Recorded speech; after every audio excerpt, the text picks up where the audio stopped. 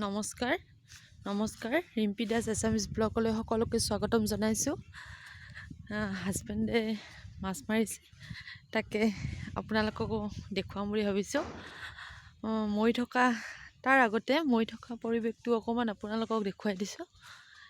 এয়া পাত সৰি শেষ, যিহেতু ফাগুন মাহ হয়। এয়া কালি বৰষুণ দিলে, আজি গোটেই পাত চেদেলি বেদেলি কৰি পৰিছে। এয়া এইটো ৰুকৈ ঘৰ এটা আছে আৰু আপোনালোকক দেখুৱাইছোঁ ৰ'ব। হাজবেণ্ডে মাছ মাৰিছে, দেখুৱাইছোঁ ৰ'ব। এয়া জালত মাছ লাগিছে।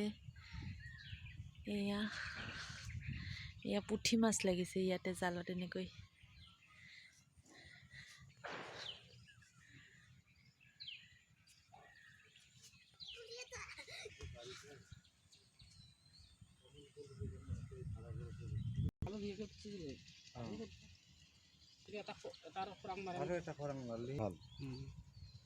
বহাগত প্ৰথমতে ৰুম, এতিয়া উঘলি আনি ক'ৰবাত থ'ব পাৰিলে তাতেই থাক, তাৰ পৰা লৈ যাব।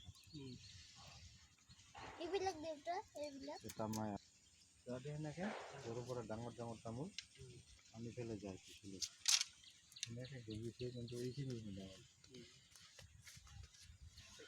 আম গছ মলিছে।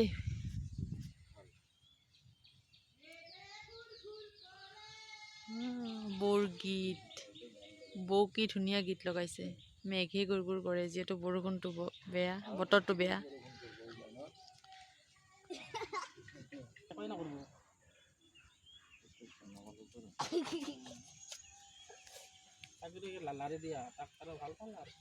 আমাৰ এটা কুকুৰ আছে যে একদম মানুহ ঘৰৰ পৰা যদি ঘৰত মানুহ নাথাকে পৰিৱেশটো খুব ধুনীয়া লাগে। আজি বতৰটো আৰু বৰষুণ আহিব কিজানি, যদি ঘৰৰ মানুহ অহা নাই নহয়? ৰাস্তাত দুটা বহি থাকো, চাই থাকো আৰু বৰষুণ আহিব। এই তাতে মাছ ধৰবা যদি যাওঁ কৰবি, এয়া ঘৰৰ কণ বিলাহী, ঘৰৰ কণ বিলাহী এনেকৈ লাগি আছে মাটিতে। আৰু এটা বস্তু দেখাইছোঁ, অকণমানি এটা পানী লাও, অকণমানি, দেখিছে নহয়? এয়া